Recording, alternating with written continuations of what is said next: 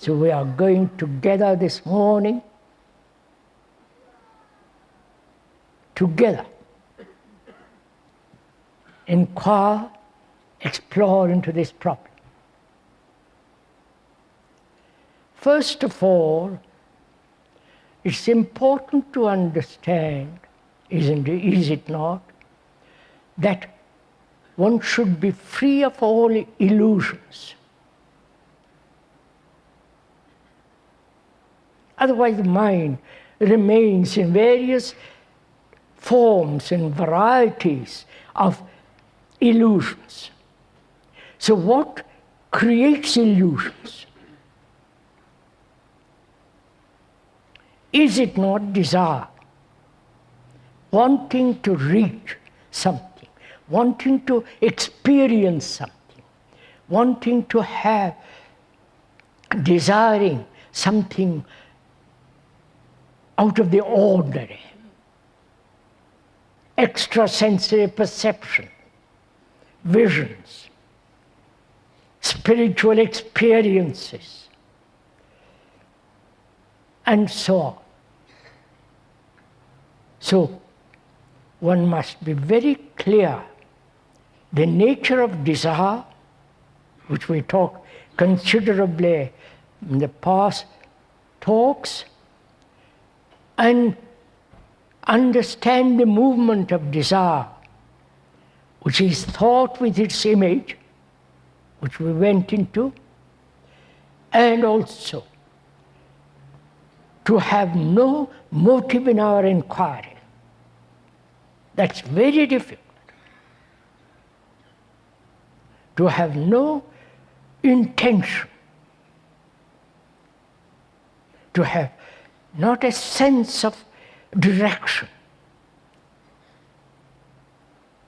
Then the brain is free to really inquire.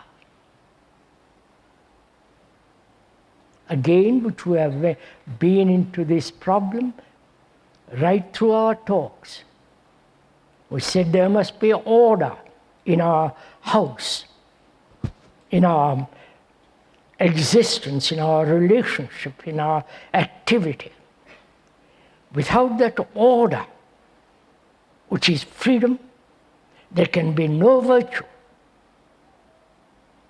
Virtue, righteousness, is not something that is intellectually cultivated. Where there is order, there is virtue. And the order is something that's living, not a routine, a habit. And other point is there something to be learned?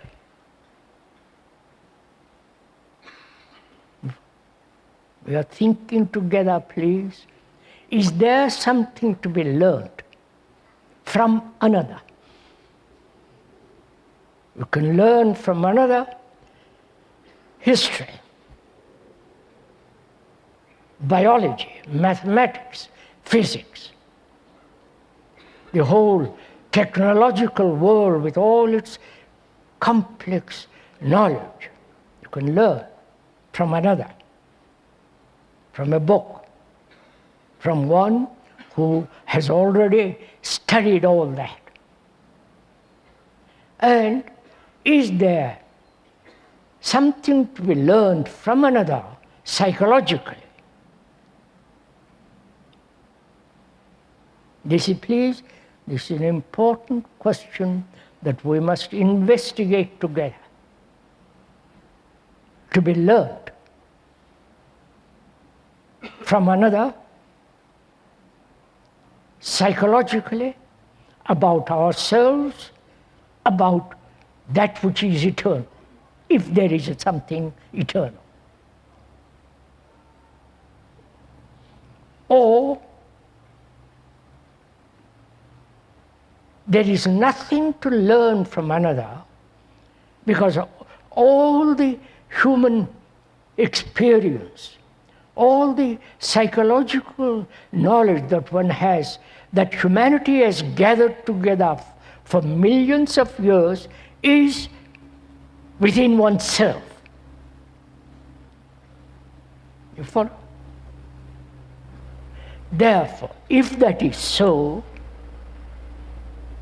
that is, we are the rest of mankind, our consciousness is the whole of mankind, and our consciousness is that.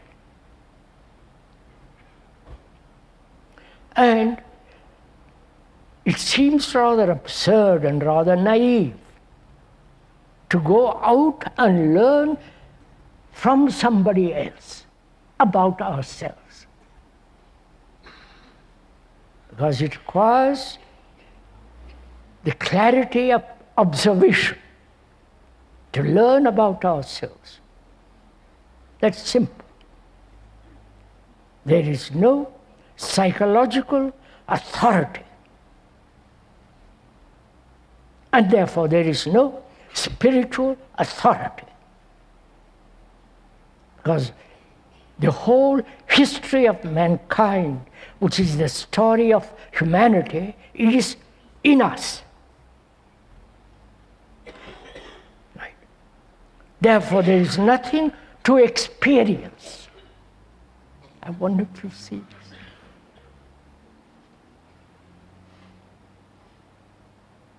There is nothing to be learned from somebody who says, I know.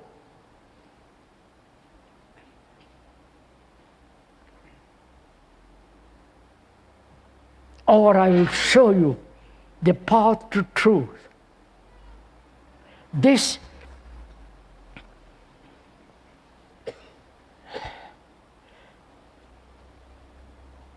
has been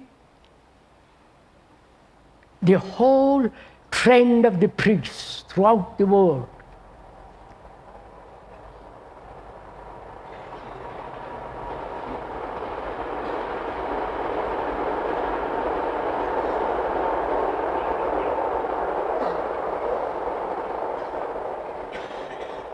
They are the interpreters between the highest and the common.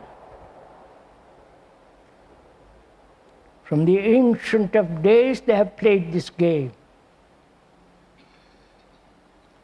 And to learn about, to understand ourselves, all that authority must be set aside. Right? Obviously. Because that authority is part of us.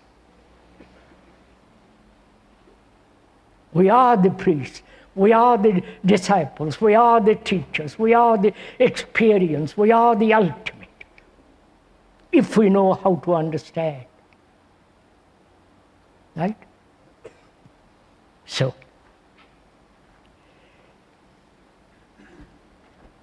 there is nothing to be learned from somebody, including that of the speaker.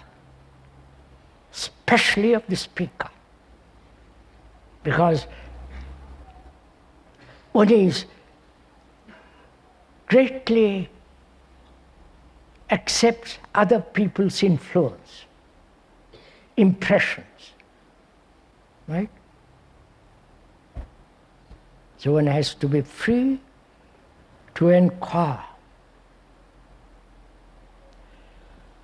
And to inquire very, very deeply, not superficially, because we have done all the superficial inquiry during the last 6 or 60 years, and we have come to the point when we say we have more or less established order in our life, more or less,